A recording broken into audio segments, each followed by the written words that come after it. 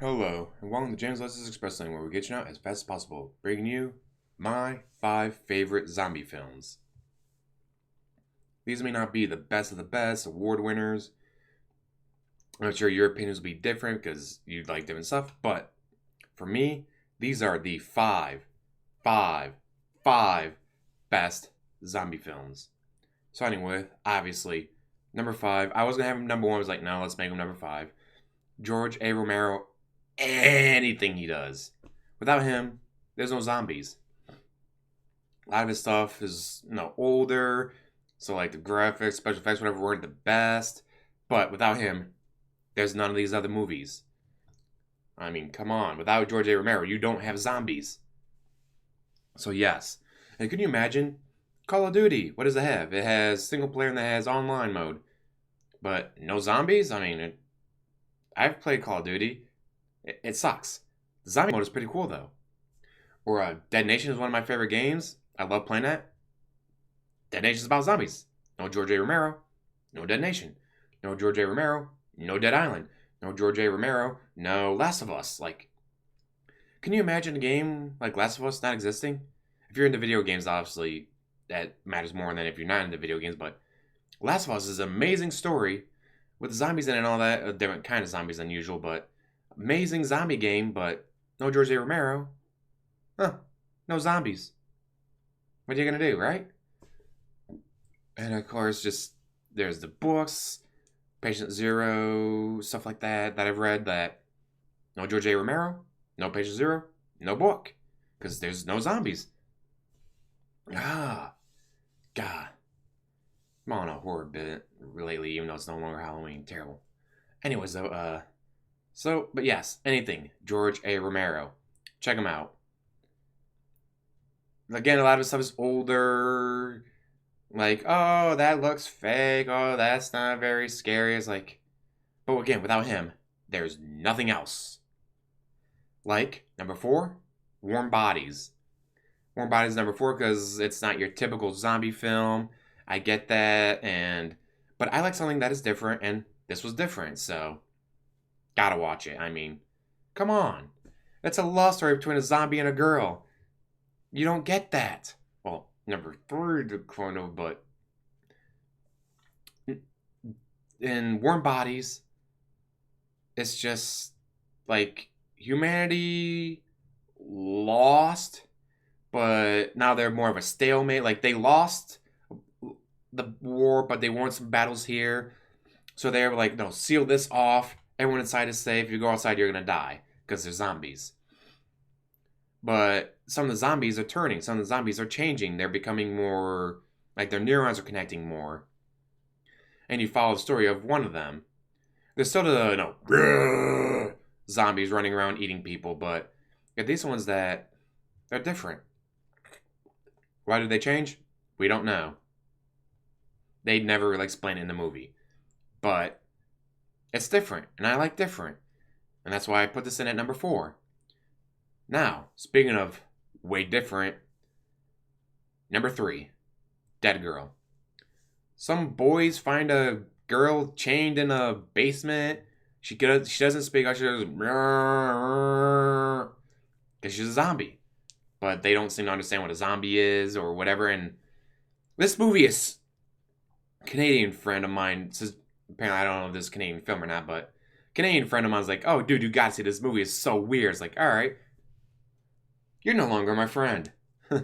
This movie is super weird, super different, and spoiler alert, they have, they do the freaky deaky with their like, all right, and then eventually they get infected and it spreads, but they don't actually show it spreading. They just say, oh, they're infected, end movie. This movie is super weird. I don't know how he found it, why he thought it was a good idea to tell me to watch it, but it was weird. It was because it was weird. It was different, and I like weird and I like different. Man, this movie is super messed up. A lot of people watching this probably never even heard of Dead Girl. If you have the chance, I do suggest watching it because it is worth watching at once. Don't try to watch it again. It's gross. But getting away from that, number 2, Will Smith and I Am Legend. Only if you get the alternate ending that's actually from the book. Because you get the Hollywood special effects explosion ending that, like you saw in theaters, or is the original ending in the DVD Blu-ray copy. Not very good.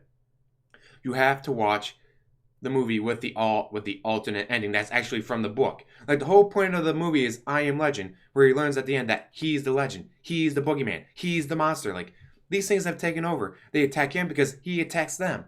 He kills them. He kidnaps their people and tortures them and all that. But he's like, no, I'm not torturing them. I'm trying to save them. I'm trying to turn them back. And it's like, you can't turn them back. It's done. Humanity's time has come and gone. You're the monster. Every time you blow them up and go in guns blazing and kidnap one and do your scientific studies on that, you're torturing it. Like you are killing these people. You are the monster. It's, be trying to think of a good way. Like, it's like, no, a tiger, lives near a village, eats the villagers. Like, that tiger's a monster. But the tiger doesn't see itself as a monster. He just sees himself as a tiger. Well, Will Smith doesn't see himself as a monster. He sees himself as a human being. He's just doing what he has to do. But at the end, he realizes, oh shit, I'm the monster. I'm the legend. They tell their kids, oh, you better eat your vegetables or Will Smith's gonna get you. Amazingly well done. If you watch the alternate ending that is true to the book. If you watch the other ending, it's your typical zombie explosions, woo, fair. But you have to watch the alternate ending on the Blu-ray copy, whatever, that's from the book. Where he learns that he's the monster. He's the legend. He's the boogeyman.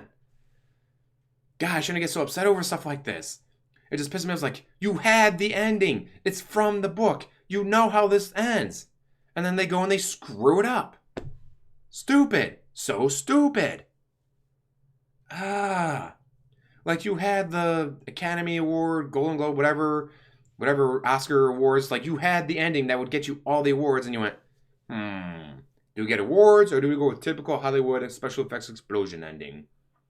We'll go with a special effects explosion ending. Stupid. So stupid. Terrible. But this leads us to number one. Kind of a cheat, since it is a remake of a George A. Romero film. And actually, I think he was involved in it, but Dawn of the Dead remake with Ving Rhames.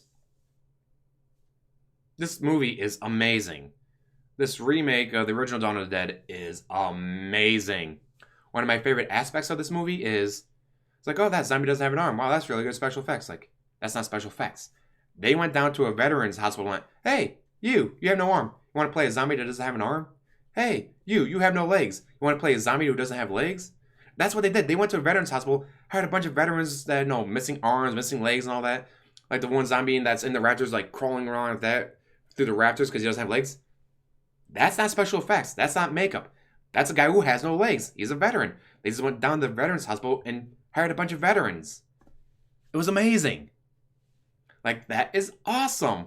And of course, probably saved them a ton of money because they had to do the special effects and all that. Just, you don't have legs.